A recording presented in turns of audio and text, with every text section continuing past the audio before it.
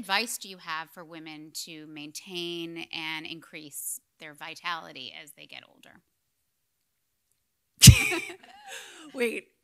She thinks this is code for something else. I really mean vitality. You mean is this like 18th century English and you're asking me about sex? No. I could tell in your eyes that's what you were thinking. Absolutely not. You can actually talk about that if you want, but just in general.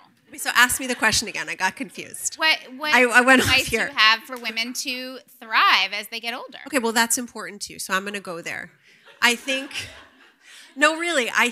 that if you look at the history of medicine, women's sexual desire, their libido, their sense of self, at every turn, and you can read it in my book, is something that either doctors sought to control and be the moral arbiters of, or prescribe. Whether it was for hysteria, you should have sex, but only with your husband and only when he says you should.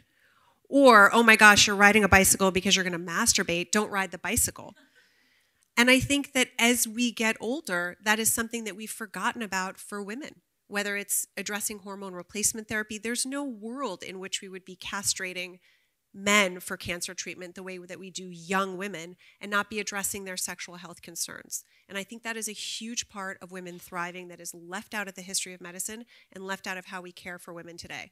In my field of oncology, we are 2 times more likely to ask a man about sexual side effects than we are a woman from chemotherapy or whatever drug she's on. That's simply unacceptable. And that is part of our vitality.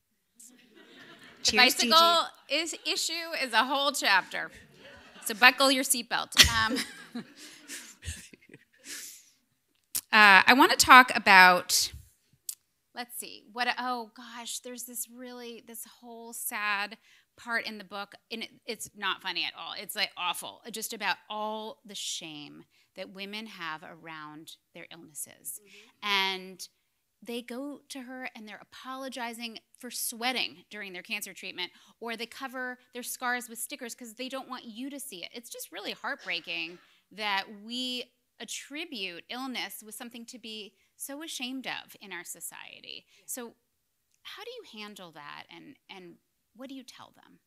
It's interesting you bring up the sweating, because that was one of the original things that really got me to think about, well, what is this legacy that we've inherited when we go to the doctor's office? I was in an exam room I had a medical student with me, and when you have a med student, you're always a little bit more on top of things. You're like, oh, let me make sure I'm really teaching this student something. And you pay a little bit more attention. And that day, I noticed that every woman, when I went to go examine her, because they would put their arms up, every woman would apologize to me. I'm so sorry I'm sweating. And some of these women, I had just told them that they had cancer. I'm thinking, this is completely normal. You're anxious, you're nervous, we're talking about cancer, you're sweating. Why are you apologizing? Or they'll say like, oh my gosh, I didn't shave my legs. Your doctor really is not looking and doesn't care. How many women here before they had a child or before they go to the gynecologist rushes to go get waxed before? Pedicure. Your doctor does not care. They're not judging you for that. They've seen it all.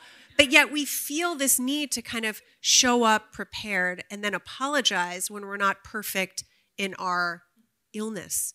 And that, I've done it myself countless times. Even, you can read in the book in the conclusion, why is it that women feel so ashamed about their body? I never during residency and never during my training had a man apologize to me for sweating, not once, or being like having a hairy back or something. Anything, really.